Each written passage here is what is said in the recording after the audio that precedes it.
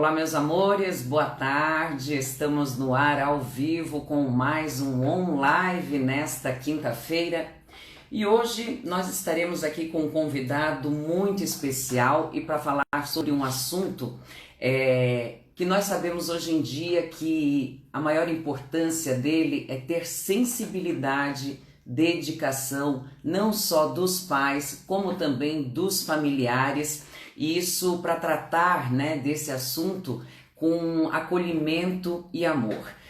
Hoje nós estaremos falando com o doutor Marcelo Bonanza, ele que é médico com residência em ortopedia e traumatologia infantil, especializado em medicina funcional integrativa, formado pela Universidade da Bahia de Medicina e Saúde Pública, também tem formação em oxondologia e tratamento biomédico para autismo, e é justamente sobre isso que nós vamos falar. Eu sempre digo que a gente só presta atenção num determinado assunto quando esse assunto chega perto da gente. E eu posso dizer que eu tenho conhecidos, filhos de amigos que possuem um certo grau de autismo também, e isso hoje em dia precisa ser olhado com muito amor. Eu vou estar convidando aqui o Dr. Marcelo para estar participando com a gente. Vamos ver se ele já está online aqui. Marcelo Bonanza.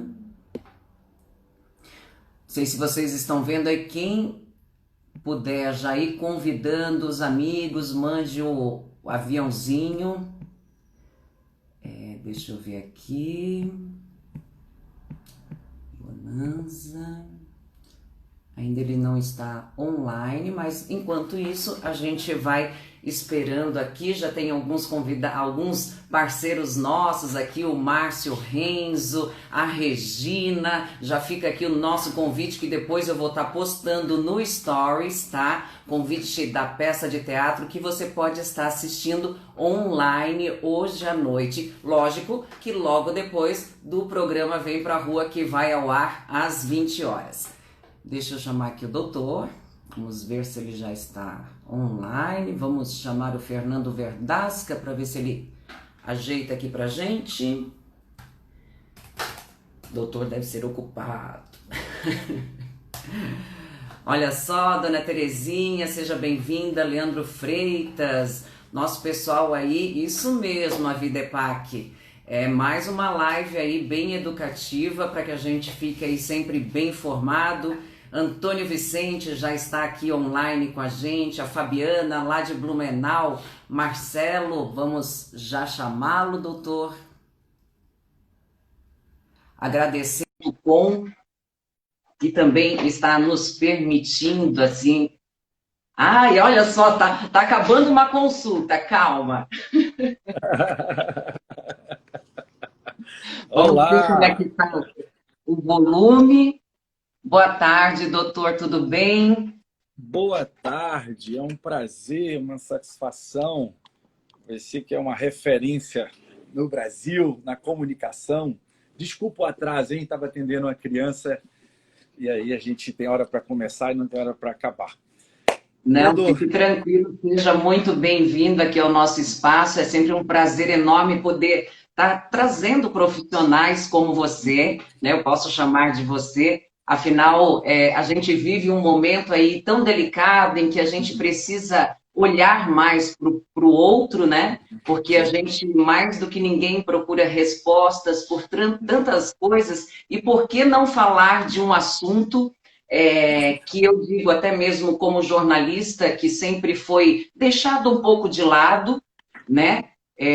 Muitas vezes pelo julgamento das pessoas, né? Pela falta de informação também. E hoje, como eu falei no início da live, a gente sabe que o entendimento entre os familiares e o médico é que é mais importante ainda para a gente poder entender sobre esse assunto, né? Com certeza. Então, é um assunto que gera muita polêmica, né? E cada vez mais as pessoas estão perguntando por que está aumentando tanto o número de diagnóstico de autismo ou está aumentando o número de autistas, né? Os médicos aprenderam a diagnosticar mais, a investigar mais, a chamar a atenção, porque os transtornos globais do desenvolvimento hoje está gritante, né? E cada vez mais as estatísticas estão demonstrando que a cada 50 crianças, uma já está dentro do transtorno global do desenvolvimento.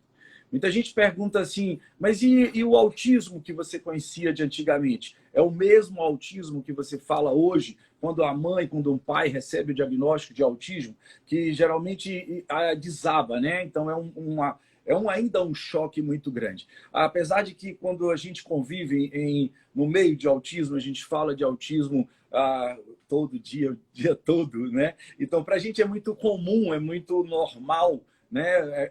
O normal para a gente é falar sobre autismo. O normal para a gente é dentro de um contexto de normalidade do que nós vivemos.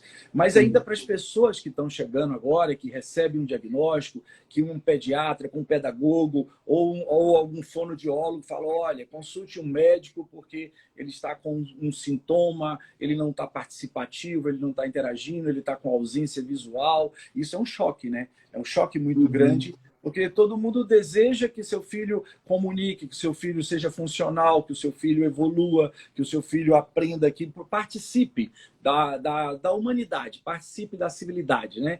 Então, quando você vê uma possibilidade de não participação, de não inclusão, é uma frustração para um pai, para uma mãe. Então, isso tudo ainda é um choque muito grande. E aí a gente costuma dizer assim que quando diagnosticar é importante e quando não rotular. E o que deve se tratar, o que deve ser investigado, e o que pode e tem perspectiva de resposta, e o que a gente espera de um tratamento, e o que os pais esperam de um tratamento. Porque tudo hoje, as pessoas costumam romantizar muito, sabe, Annalise? Porque o autismo não tem cura e tem que ter respeito. Claro que tem que ter respeito. Todas as pessoas, a humanidade merece respeito. As crianças que precisam de cuidados especiais merecem respeito. As crianças com microcefalia, as crianças neurotípicas ou atípicas, as crianças com autismo têm que ter respeito. Nós precisamos lutar pelos direitos dessas crianças, ao direito à inclusão social. Mas existem crianças que têm sintomas que os fazem sofrer.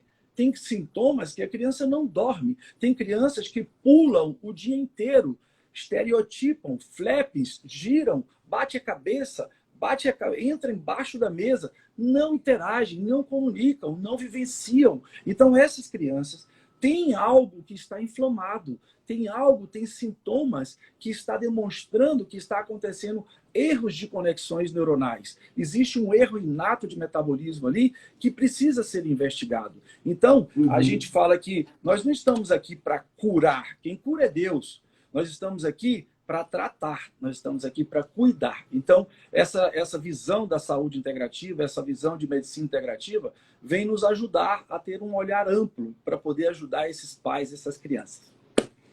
Doutor, eu sempre me coloco aqui no nosso canal como uma mera, vamos dizer assim, leiga, né? Sobre todos os assuntos que a gente coloca aqui. Por quê? Porque eu sei que muita gente que está acompanhando aqui a gente também gostaria de saber informações, né? Ter respostas de como lidar com tudo isso, né? Então, assim, eu tenho algumas perguntas aqui pré-estabelecidas, mas eu acho que o nosso bate-papo é o que vai tornar essa entrevista mais gostosa. Esse primeiro diagnóstico, né? Vamos dizer assim, eu sou uma mulher, vou ser mãe. Qual é o primeiro diagnóstico, o primeiro exame a ser feito? Porque isso já se sabe quando ainda a mãe está com o feto, ou é depois que nasce, ou numa determinada idade, pode ter um certo grau de autismo. Como é que funciona? Ótimo. A Academia de Autismo Mundial, hoje, a MedMaps, né, a MAPS Conferência, ela estabeleceu um diagnóstico mais amplo para que as pessoas conseguissem entender os processos que levam ao transtorno do espectro autista. Então, ele classificou o autismo tipo 1, que é o autismo genético, e esse tem alterações que já pode ser detectado até via placenta, tem exames que pode avaliar alterações genéticas, ou seja, a criança já nasce com uma alteração genética, tipo X frágil, Prader-Willi, a própria trissomia do par 21, do Down, ele pode já ter características que entram no autismo genético do tipo 1. Ou seja, essa criança, quando nasce, ela já nasce sem os sinais e sintomas de marcos regulatórios que você espera encontrar em uma criança típica de desenvolvimento. Então, você encontra teu bebê, o bebê logo nos primeiros meses, ele vai te olhar, ele vai sinalizar, ele vai rir, você vai brincar, ele começa a estar presente no mundo. Então, uma criança de autismo tipo 1, ele já nasce ausente. O termo out significa recolhido em si.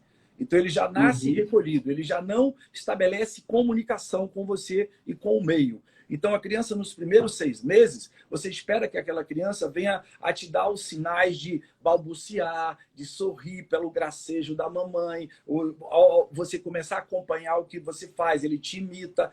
Dos 6 ao primeiro ano, ele vai começar a tentar balbuciar, engatear, andar, e os comportamentos começam a ter mímicas. Então, essa criança, você já começa a notar que se ela tem uma alteração, que ela não te responde, você chama, ela não tem resposta auditiva, resposta visual, não balbucia, não está, e ele já tem um estereótipo, começa a já ter marcos que você começa a demonstrar que ele tem alteração, ele já pode estar te dando sinais que ele está dentro de um tipo 1. Mas é muito difícil você diagnosticar uma criança que está dentro de uma interface. A criança autista tipo 1 clássica, ele já nasce recolhido, você já vê sinais característicos ali. O tipo 2 já é uma outra característica. Ó, turma da Bahia, tá todo mundo em peso aí te acompanhando. A gentileza da turma. Então, assim, o tipo 2 já é a criança que, muitas vezes, ele nasceu dentro de uma curva de normalidade, teve as mímicas, teve os sinais, desenvolveu, começou a balbuciar, começou a falar, ou teve atraso na fala, ou ausência de fala, ou ele não teve comunicação, porque a comunicação não é só verbal, a comunicação ela pode ser funcional, ela pode ter expressão, ela pode ter faces, ele pode ter sonorização, ele pode pedir com os olhos, né? Então tem uma série de outras comunicações. Então, as alterações no sensorial, no cognitivo, no comportamento, ele pode, de uma certa fase, geralmente os pais começam a ter sinais que quando começa a botar na creche, começa a vir os pedagogos e falam, olha, sua criança não está falando, sua criança não está comunicando, a sua criança não está compreendendo, não está interagindo. Então, é o tipo 2. Ele tinha alguma alteração de polimorfismo, que pode ser genético, uma alteração na combinação dos cromossomas, dos pares de genes, de combinação que vai dar as características, e por um motivo externo, ou uma toxicidade, ou um agrotóxico, um pesticida, um inseticida, uma intolerância alimentar, um processo reativo viral, uma bactéria, um fungo, disparou esse gatilho e a criança entra no espectro. Daí a gente fala assim, que é o tipo 2, a criança desenvolvia dentro de uma curva de normalidade e de uma hora para outra, algo disparou, uma toxicidade ambiental e levou essa criança a entrar no espectro. Então, costuma-se dizer que você começa a diagnosticar o autismo tipo 2 a partir dos 2 anos e meio, porque começa a vir os parentes, os aderentes, os titios, a madrinha, o professor, entende? Todo mundo começa a falar, olha, tem alguma coisa que não está normal na tua criança. Olha, tem alguma coisa que tem um sintoma que está chamando a atenção, porque meu filho não era assim. Porque mas o pai não falava... O pai só falou com 4 anos de idade. Sim, o seu pai tinha uma alteração de transtorno global do desenvolvimento. Então, assim, existe o tempo biológico de cada um. Existe um desvio padrão de atraso no comportamento. Nem toda criança vai falar com 1 ano e meio. Nem toda criança vai andar com 1 ano, entende? Então, mas existem esses marcos regulatórios que vai dar essa característica de alterações que vão chamar a atenção para um diagnóstico. Daí é onde entra o médico, o psicólogo, o psiquiatra, o neurologista, o médico integrativo, toda essa equipe multidisciplinar que vai ajudar a dar um diagnóstico. E quando a gente já fala, né, da inclusão, primeiro a gente vê a aceitação, né, de como os pais vão lidar com isso tudo a partir do momento em que é diagnosticado isso, em que sai o resultado. É nesse processo também que você vai saber se o autista ele vai ter um comportamento melhor dali para frente ou não, né? Sim. A gente costuma falar que quando uma família recebe um diagnóstico que seu filho está no transtorno do espectro autista, existe um luto. Esse luto é o choque da realidade. Até existe um momento de negação, alguns pais, Sim. hoje com a globalização, tudo está muito favorável às informações, né? Então as mães vão lá, pesquisam tudo no Dr. Google e pesquisam no mundo inteiro, tá canal, dá uma informação, tem muita informação. Às vezes já chegam para a gente já passado por esse luto, mas ainda é um momento de muito reatividade. Então, infelizmente, as mães é que suportam mais a pancada, porque a ligação do cordão umbilical, né, de toda essa questão de amor, de conciliação, o pai geralmente nega mais. Então, até a mãe convencer os pais, os homens, né, de uma certa forma, leva um tempo de choque. A gente costuma Uhum. recorrer à equipe multidisciplinar, porque daí entra a microfísio, entra as psicoterapia, os terapeutas cognitivos, os psicólogos, porque precisa dar um suporte. Porque precisa dizer e mostrar para essa família que todo o ambiente vai ter que ser mudado. Na realidade, o autismo, às vezes, muitas vezes, vem para nos informar que precisamos nós mudarmos, entende? Nós precisamos dar mais amor, mas eu dou amor. Às vezes a gente não para nem para tempo para a gente mesmo, quanto mais para os filhos, né? E muitas vezes os filhos estão querendo dizer assim: ei, eu não quero ser criado pela babá, entendeu? Eu não quero ser delegado, eu escolhi vocês para poder resgatar, para poder acompanhar. Então, existe todo um processo de adaptação dessa família até ele entender que o autismo é normal, entende? O que ele precisa tratar são os sintomas e o que precisa mudar é o mundo para poder entender o Uhum. comportamento daquela criança que vai ser um adulto, que muitas vezes ele passa um período muito curto na fase de criança. A gente sempre muito fala do autismo em termos da criança autista, mas ele só passa 7 anos como primeira infância, do primeiro setênio como criança. O segundo setênio ele já é um pré-adolescente, dos 7 aos 14. O resto é adulto.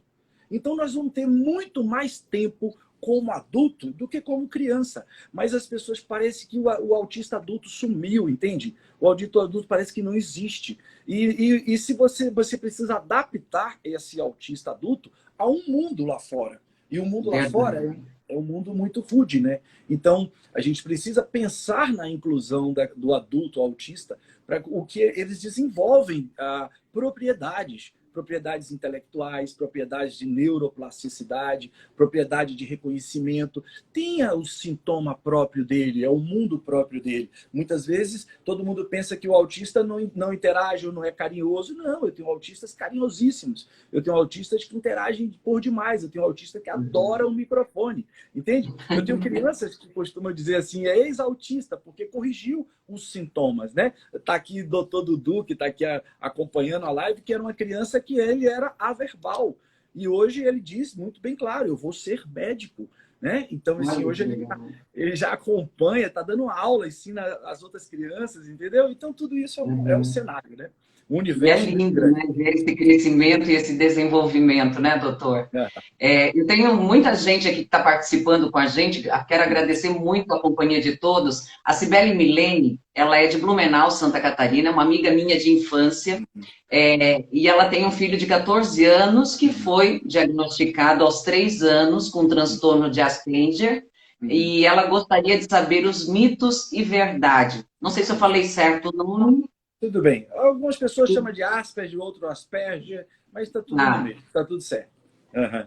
Ok, ela quer pode saber falar. os mitos e verdades, porque assim, na época eu acompanhei esse processo Uhum, dela e eu uhum, acho que fez eu olhar também para a uhum, síndrome de um jeito diferente, né? uhum, Porque até então eu não tinha muito acesso a isso, uhum, somente pela televisão mesmo, uhum, não pessoalmente, né? E quando você começa a ter contato com a pessoa, você uhum, entende realmente. Quais uhum. os mitos e verdades sobre o Aspen? Então, em primeiro lugar, que não existe só uma classificação de Asperger. Então, hoje já tem 6 classificações dentro do mesmo segmento. Muito se pensava que o Asperger eram pessoas, indivíduos, que não demonstravam amor, carinho. Usam muito o exemplo do jogador Lionel Messi, que teve que fazer teatro para aprender a demonstrar o gol, porque ele era muito fechado, ele não demonstrava as expressões. Hoje ele é um cara casado, tem filhos, né? E demonstra amor para sua esposa e para os seus filhos. Então, o Asperger veio do próprio médico que ele diagnosticou o filho dele, que ele foi o primeiro Asperger, que era o bom professor. Então, ele era muito sério, muito intelectual, e ele era muito fechado, e ele era muito retilíneo nas suas informações. Ele não tinha filtro, né? Ele não tinha nenhum filtro. Ele falava o que pensava, o que reagia, e não tinha bom senso, né? Não tinha a política da boa vizinhança ou da permissibilidade. Então, achava-se que o Asperger eram pessoas assim, que tinham... Ó, meu compadre aí prestigiando. Então, assim, tinham uma situação que eles tinham uma distância. Depois começaram a ver o Asperger savante, que todo mundo acha que o autista é muito inteligente. E não é bem assim. O autista é uma criança como outra qualquer, que vai ser um adulto como outro qualquer. Alguns têm propriedades que podem desenvolver um hiperfoco em uma linha de raciocínio ou de inteligência artificial, que são os savantes, ou savant. E eles aqueles que decoram 2.000 bandeiras, 20.000 códigos, ganham da máquina do grande jogo do xadrez. Então, eu tenho uma criança aqui que ele fala 9 línguas. Ele é um poliglota incrível, entende? 7 anos de idade. Então, essas são as características do Asperger, que pode desenvolver outras alterações. Mas pode ter também desvio, déficit de concentração, déficit de aprendizado, déficit de alterações de comportamento. A grande maioria dos Asperger, eles são, parece aquela criança, aquele garoto do Bom Doutor, o Good Doctor, né? Sim. Então, assim, eles têm uma inteligência muito artificial e visual. Eles não são lineares. Só que eles não estão dentro de um caixote, mas eles têm um padrão. Então, às vezes não quer que adentre no seu campo, tem que ser conquistado. Então, o processamento deles é um processamento muito lógico, não tem a metáfora. Não existe metáfora, entende? Então, é tudo muito real. Mas tem outras pessoas que agem como qualquer. Depois que eu passei a vir a estudar, que eu fui para o MedMap, Estados Unidos, fiz os cursos com o professor Rogério Rita, a medicina integrativa, que eu trabalhei, depois fui fazer homeopatia, e trabalhei muito desde a época da ortomolecular. Eu era ortopedista, e depois antes eu era engenheiro. Aí, quando eu vim fazer um balanço, eu estou aqui, só para você ter uma ideia, eu tenho 4 telas, eu estou parecendo que eu sou jornalista. Eu tenho 4 telas trabalhando o tempo todo. Então, eu trabalho com o mundo virtual, né? Então, assim, eu sou engenheiro, eu tenho a Fundação Bonanza, o INSEADA Bonanza Fabricando, Solário. E quando eu fui ver, eu fui alfabetizado com 3 anos. Entrei na faculdade de engenharia com 15 anos. E eu sempre fui considerado voador. Então, eu não conseguia... Aqui, olha como eu atendo, entende? Eu só atendo fazendo hieróglifos, né? Então, olha que desenho lindo que uma criança autista de 3 anos de idade fez. Ela disse ela disse que vai ser obstetra. Ela pegou o lápis para escrever. Então, eu só atendo assim, tá vendo? Então, no fundo, que eu sou um Asperger, entende? Só que um Asperger que adoro minha esposa, adoro minhas filhas, adoro meus amigos, adoro contato. Entende como é? Como as classificações são diferentes? Então, dentro de uma mesma classificação, de um mesmo diagnóstico, existem variáveis. Por isso que não existe autismo. Existe autismos, diz o meu mestre, professor Rogério Rita. Então, você tem diversas variáveis, diversas causas e diversos tipos de autismo. Então, não existe só um tipo de diagnóstico. Não, e é muito, muito interessante porque, assim, o pessoal gosta de participar mesmo e falando sobre esse assunto. Aqui tem, Valmir falando, Marcelo é um espetáculo de pessoa e um excelente médico. Eu quero muito ter o prazer de conhecê-lo pessoalmente em breve, e entrevistá-lo em breve, não só por uma live, né, mas também tem o nosso programa aí, o programa Vem Pra Rua. Eu queria que o senhor falasse um pouco mais obrigado, se o autismo, né, não sei se Uhum. eu vou estar sendo repetitiva, após algum estresse, que nem isso tudo que a gente vem vivendo agora, né, Aham. em que muitas Ah, pessoas estão passando por uhum. processos de estresse fortemente, se Uhum. isso pode futuramente causar algum dano neurológico em que a pessoa Uhum. pode ficar, né, ser diagnosticada com algum autismo. Tá.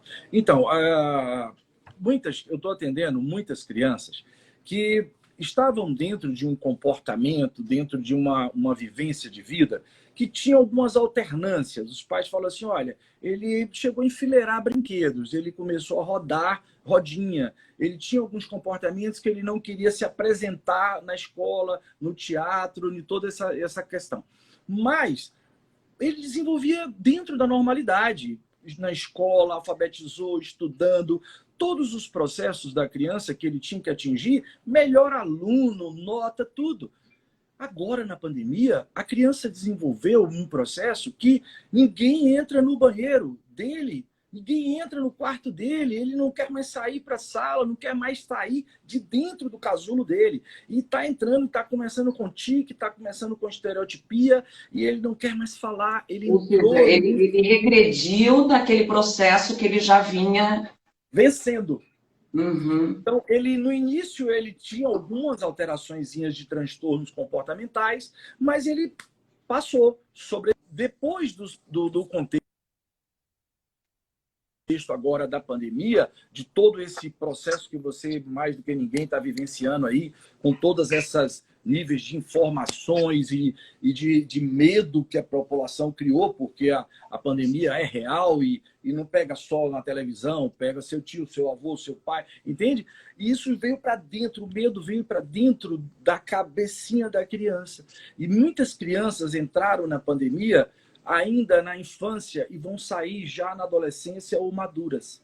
Então, esse impacto foi muito forte para eles. O medo de falta de perspectiva, o estresse provocado pela falta de horizonte, de saída, e que ele não pode proteger ninguém, nem se proteger, nem os pais, nem os amigos. Levou eles para dentro de um claustro.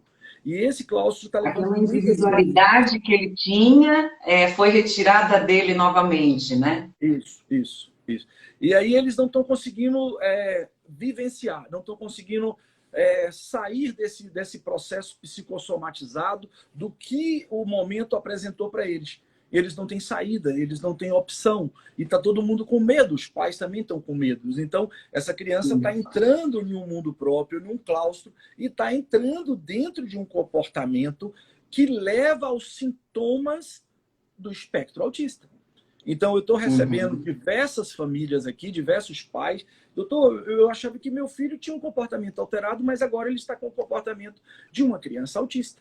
Então, aí quando a gente vai avaliar, ele já tinha algumas alterações, já tinha alterações de desbiose intestinal, já tinha reações de intolerância alimentar, já tinha outras Uhum. alterações que conseguiu passar, né? Então, esses sintomas conseguiram sobrepujar. E agora, dentro da crise, ele entrou.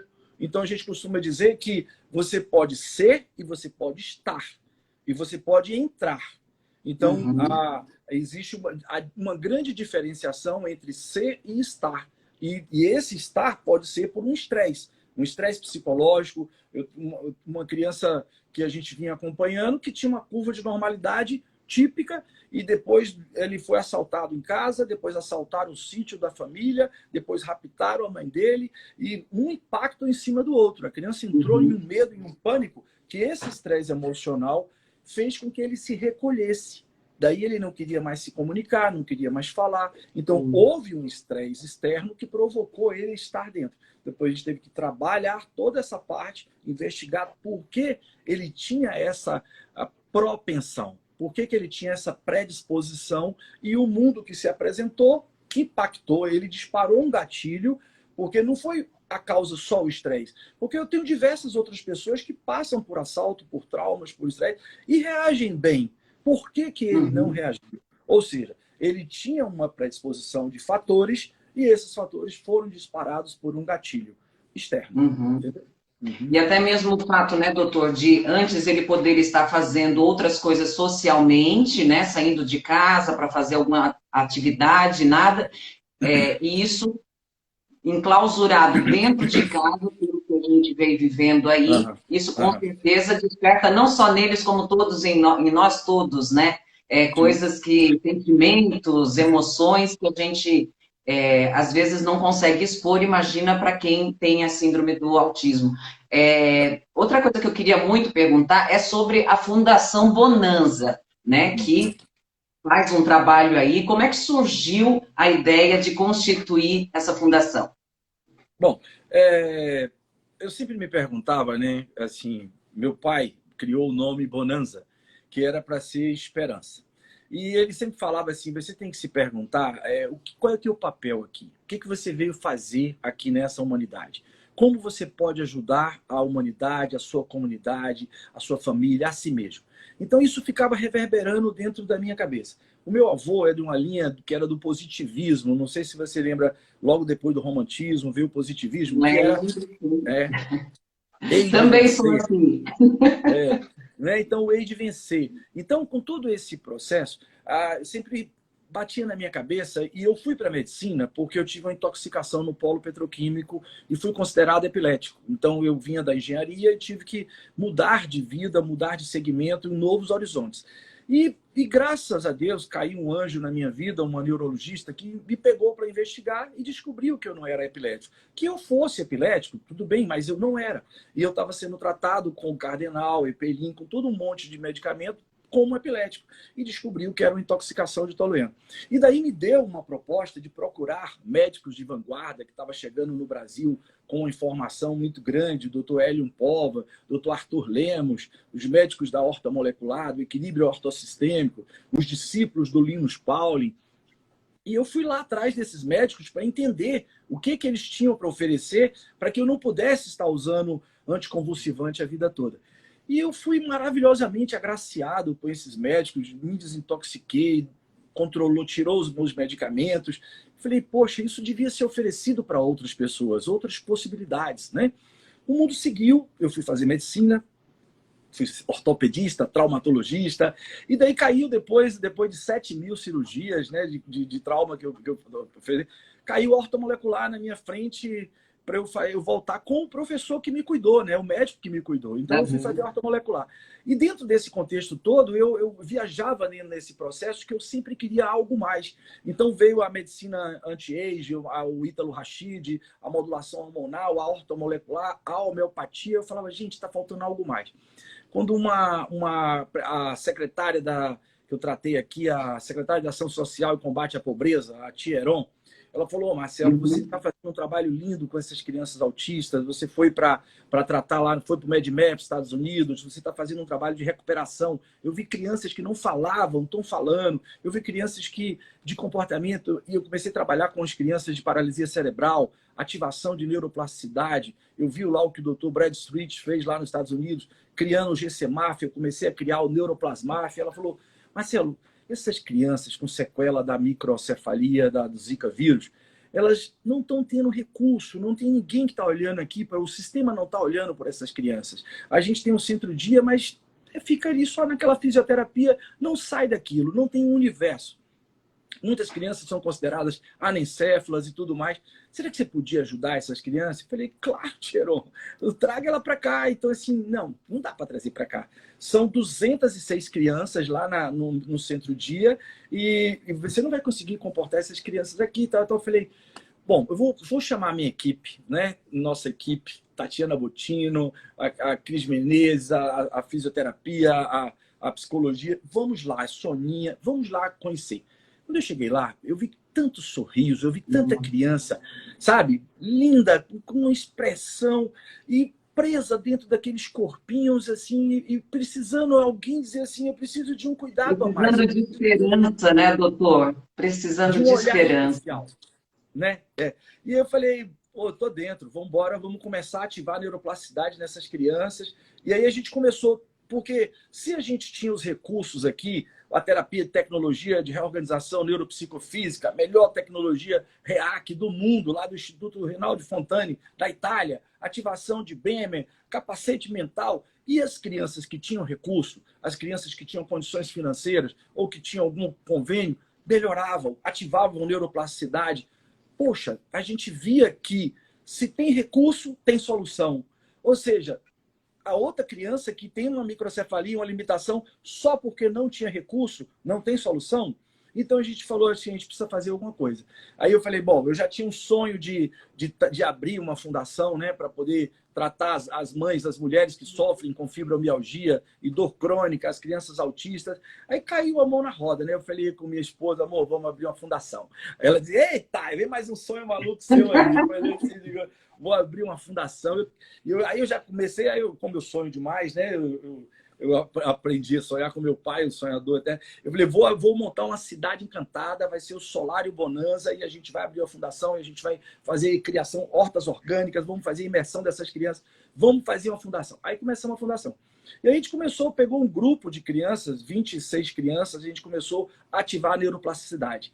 Mas é uma coisa tão linda, a Dene está falando, né? A mãe, Flavinha, elas são muito guerreiras. E eu chamei as mães e falei assim, olha, eu não posso oferecer a vocês ou propor nada mais, nada menos do que transformar essas crianças em para-atletas, certo? A gente tem que pensar nelas como atletas. Se eu oferecer, tratar elas como microcefálica, é a mesma coisa de dizer que essa criança Down não fala porque é Down, essa criança Down não anda porque é Down. O Down pode tudo, o Down é normal, entende? Se você conhece, tem Down médico, tem Down atleta, tem Down ator, né? Entende? Então, vamos propiciar, transformar essas crianças. Ó, uma mãe linda entrando aí, Verônica. Ó, não, tem várias nos agradecendo aqui pelo seu trabalho, pelo ser maravilhoso que você é. Olha, você não tem noção das mensagens lindas. Que bom, que bom. A gente fica muito feliz. Na realidade, é nós que estamos nos ajudando, né? Então, quando eu vejo um agradecimento de uma mãe dessa, falando, Juju tá andando, Marcelo, olha para aqui. Aquilo alimenta a minha alma, entende? Dudu, que está entrando aí, que está falando hoje. Então, cada criança dessa que reverbera um crescimento, um ganho, somos nós que ganhamos. Nós que somos devedores para que a gente possa estar ajudando essas crianças. Pena que tudo custa muito, né? Então, a gente tem que estar trabalhando, a gente tem uma fila de crianças esperando para entrar no projeto, mas eu sei que a gente vai conseguir. Entendeu? Não, e a gente já deixa aqui o convite, né, aos empresários, a quem quiser participar também, né, doutor? Eu acho que assim é um convite para a sociedade estar olhando para isso, né, com muito amor, com muita empatia, porque a gente sabe as mudanças que vêm acontecendo e como doutores como você que estudam, que vão sabe, são a mudança que a gente quer nesse mundo de verdade. Então, já fica aí o convite para todo mundo. A gente aqui teria milhões de coisas, né, para conversar. Eu acho que eu estou vendo assim mães emocionadas, pais emocionados aqui com a gente na live. A gente só tem 40 minutos de live, então já fica aqui o meu agradecimento, porque, afinal, assim, a gente sabe que mais do que nunca a gente precisa de esperança. Né? E a gente sabe que a medicina hoje é capaz de tudo. Né? Gostaria que o senhor deixasse aqui os seus agradecimentos para o pessoal. Então, muito obrigado a você, parabéns, você é uma referência para a gente, admiramos muito o seu trabalho, tá? E eu agradeço a todos que participaram, todas as mensagens carinhosas, e assim, eu me segurei para não chorar. Também. Então, assim, a Fundação Bonanza, ela vai estar com trabalhos, que a gente vai estar captando trabalhos multidisciplinares em todas as capitais do país, tanto para a parte de autismo, né, como também para o tratamento de fibromialgia e a microcefalia, né? Então, quem quiser ajudar... Poxa, outro dia eu ganhei 2 cavalos, você não sabe como é que eu fiquei besta, né? Ganhei 2 cavalos para ecoterapia. Né? A gente fez a campanha agora para as câmaras de fisioterapia de TeraSuite. né? Então, assim, sempre a gente está trabalhando. Ganhamos cadeira, um adaptador para criança que não andava com artrogripose lá em Aracaju, o outro lá em São Luís do Maranhão, né? O Igor, então todo está até aqui. Então, assim, a Essential doou para a gente os suplementos, toda a parte de proteína, de ômega. Isso é maravilhoso, né? Então, assim, quem quiser ajudar, seja bem-vindo, né? Doe amor, como já dizia meu amigo Doc Breno, lá de Belo Horizonte, que transplantou o coração e ele transplantado foi para dentro da enchente para ajudar a população, né? Então a gente só tem a aprender com essas pessoas generosas e fazer o bem faz bem, né? Esse é meu lema. Então acho que quanto mais a gente puder doar amor, a gente recebe amor, né? Muito obrigado para você, tá? Namastê. Eu que agradeço, Beijo doutor. no coração de todos. Tudo de Valeu? bom. Tá, É isso aí, gente. Quem gostou aí da nossa live de hoje, envia coraçãozinho agora, é a última chance de vocês. E ó, essa live vai ficar gravada aqui no IGTV, vocês podem compartilhar com todas as pessoas que vocês quiserem, porque eu acho que no momento que a gente vem vivendo e mais para frente ainda a gente precisa ter esperança. Esperança, gratidão por pessoas assim como o Dr. Marcelo Bonanza, que acredita que o mundo pode ser diferente, sim. E é isso que a gente tem que se apegar. A gente pode fazer a mudança. Então, a partir do momento que você compartilha amor e sabedoria, você também está compartilhando vida.